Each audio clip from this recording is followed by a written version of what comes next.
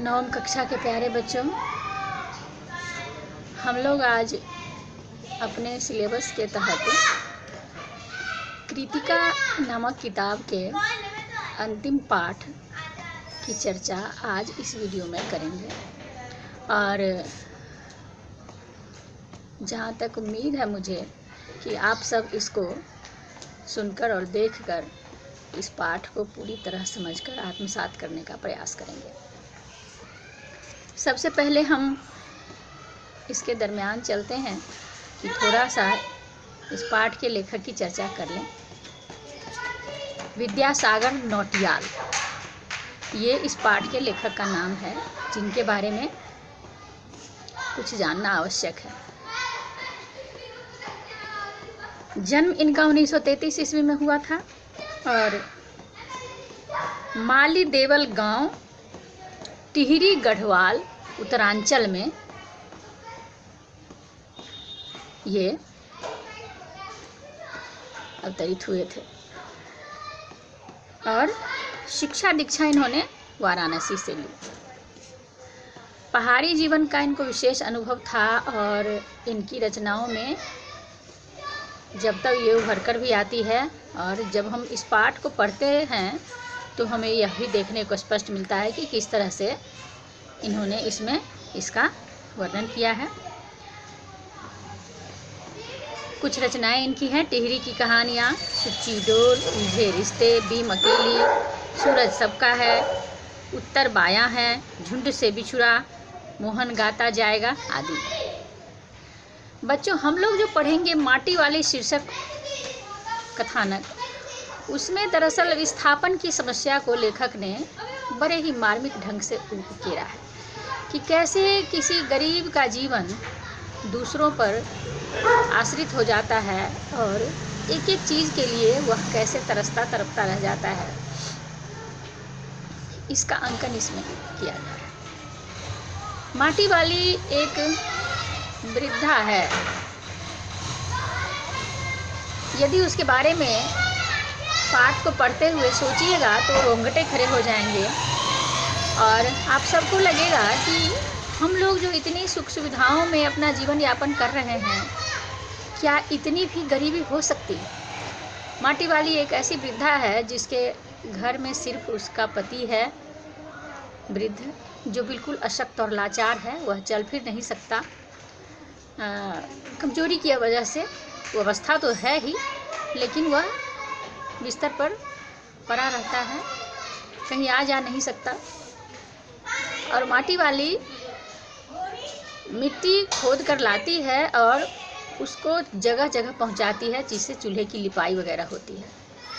आप लोग अभी गैस की दुनिया में हैं, बहुत सारे बच्चों को ये पता भी नहीं होगा कि मिट्टी का चूल्हा होता क्या है और उसकी लिपाई भी होती है, ये सब नहीं जानते होंगे। तो आप लोग जानिए कि पहले मिट्टी के चूल्हे पर ही खाना बनाया जाता था, लकड़ी जला करके, कोयला जला करके, उपला जला करके आदि।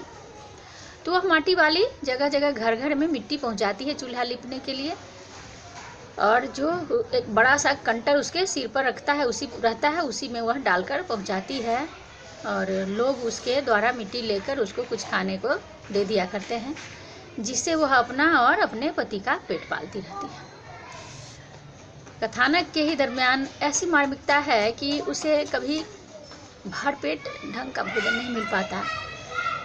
जब एक जगह वह मिट्टी लेकर जाती है तो उस घर की मालकिन उसे चाय पीने को देती है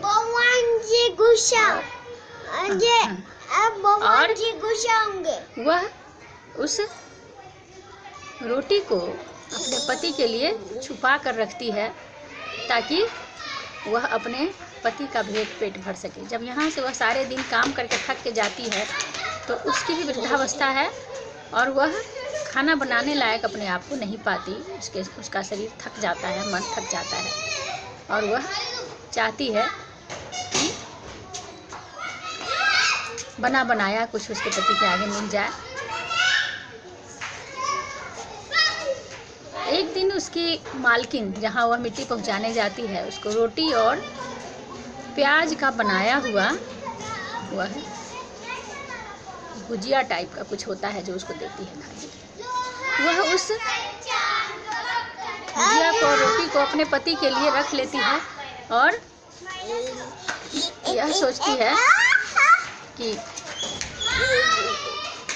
आज उसे कुछ बनाना नहीं पड़ेगा। लेकिन जब वह घर पर जाती है तो उसका पति उसे मृत मिलता है,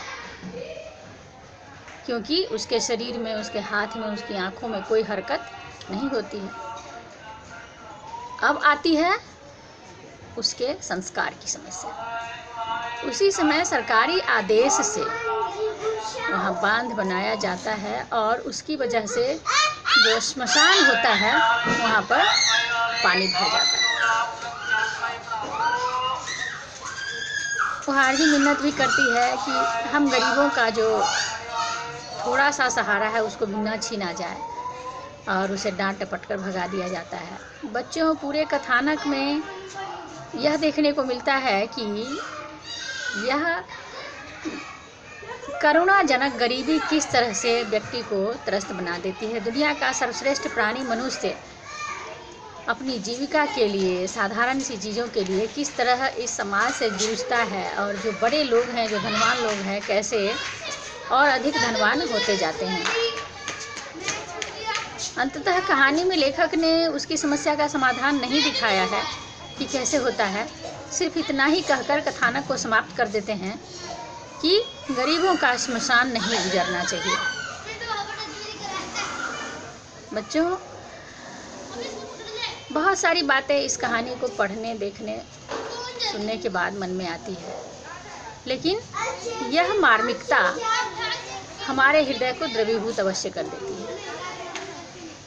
और कथानक यहीं पर समाप्त हो जाता है, माटी वाली के इस कहने से कि गरीबों का श्मशान नहीं गुजरना चाहिए। पाठ में कुछ प्रश्न भी इस तरह के बनाए हैं जो आपको माटी वाली का ब्यौरा दे देंगे, उसकी आर्थिक स्थिति का ब्यौरा दे देंगे, वो अपने पति के लिए जो रोटी रखती है उसका ब्यौरा देंगे। तो आप लोग इसको हल करने का प्रयास कीजिएगा, और फिर हम अगले वीडियो में कृतिका पाठ के 1-2 पाठ बच गए हैं, उसके वीडियो के साथ आपसे मिलते हैं। आज के लिए बस इतना ही। धन्यवाद।